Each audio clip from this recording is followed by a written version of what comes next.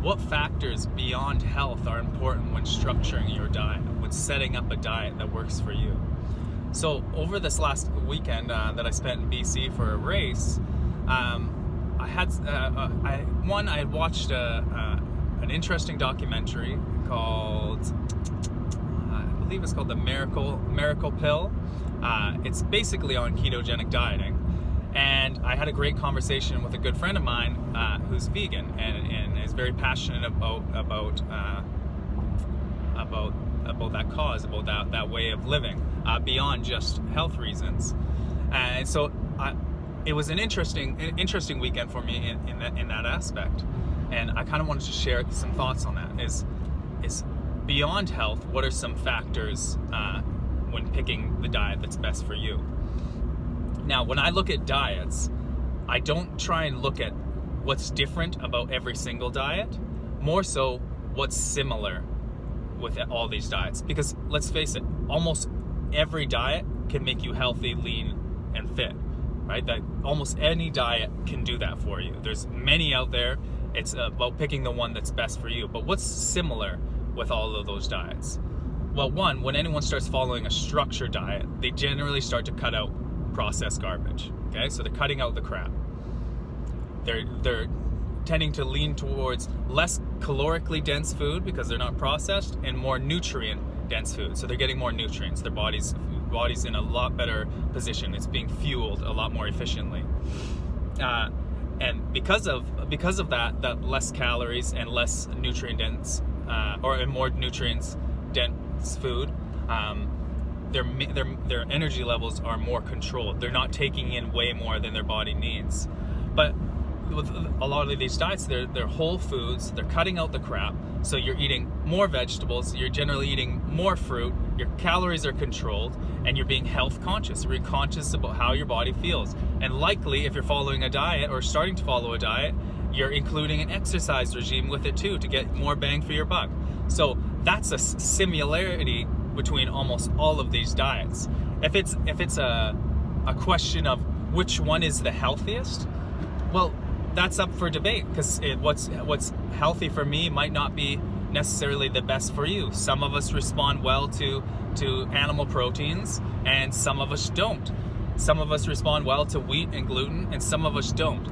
But if your diet's consisting mostly of healthy foods, chances are pretty good you're going to be in a healthy state.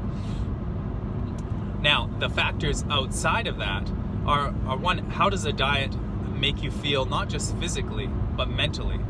If you really don't believe in animals dying for you to eat, then eating animals is probably not a good idea for you, because you're going to have guilt every time you're eating food. You're not going to feel good about yourself with the way that you're fueling.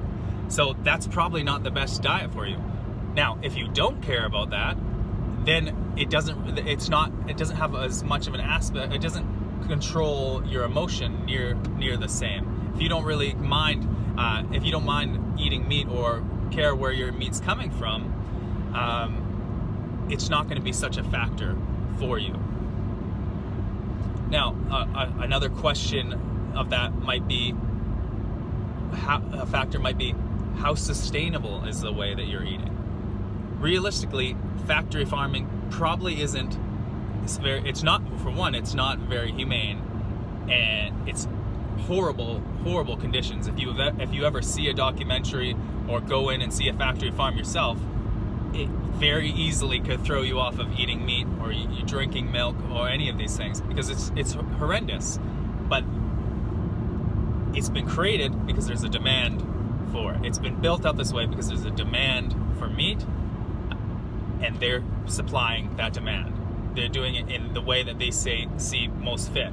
Not the most humane way, but up until now, that's the way that they saw it to be fit. So how does that affect our environment? Well, we're starting to see a lot of things talking about the long-term effects of factory farming, the long-term effects of growing corn to feed to animals, which isn't their natural diet. Not that great for them, not that great for the land, not that great for us in return, and on many factors. So that's a factor to consider, is the way you're eating sustainable long term. I personally don't believe in not eating any meat. I think if you want to, and you want to take that road, you can.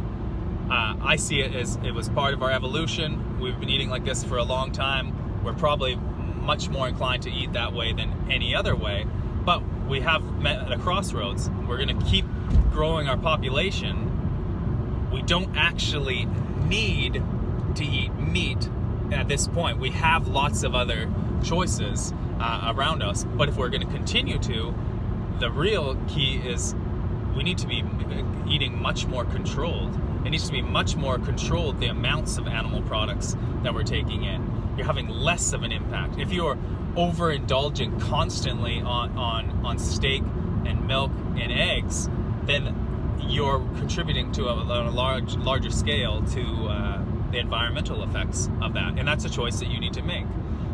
For me, I prefer to go organic. I feel a lot more comfortable with that, knowing where it's coming from. I feel a lot more comfortable with the environment that those animals are in, and I do enjoy meat. I enjoy the taste, I enjoy the texture, I enjoy the way that I feel after I eat it.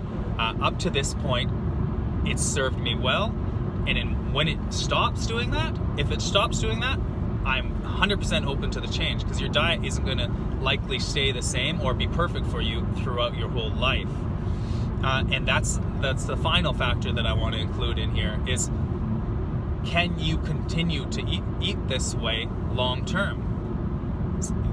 For some people, eating a ketogenic diet, cutting out all carbohydrates, eating higher fat might do something for them in the short term. But I don't personally think I can never eat bread or never eat any carbohydrates again. And I know you can go kind of in and out of that keto, but for the most part, I don't want the large majority of my diet to not include any carbohydrates. I like carbohydrates. I like the way they feel. I don't like processed carbohydrates.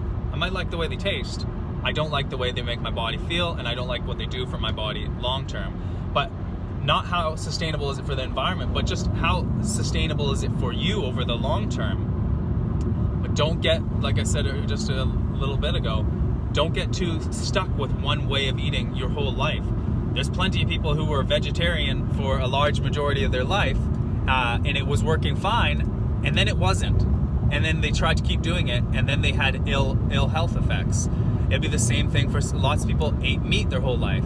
As they got older, their digestive tract doesn't work as well. Their body's not assimilating the proteins as well. It's not getting rid of the byproducts of the animal proteins, and they can't eat meat anymore. They have ill effects for it, and they need to change it. Maybe they need to have more of a plant-based diet. Very unlikely will you eat the same way you do now or in your 20s until your later years in life. You need to be open to those changes. So it's important to look at those other factors when you're creating a diet for yourself. Is the factors that I listed earlier, right? How does it affect the environment? How sustainable is it for you?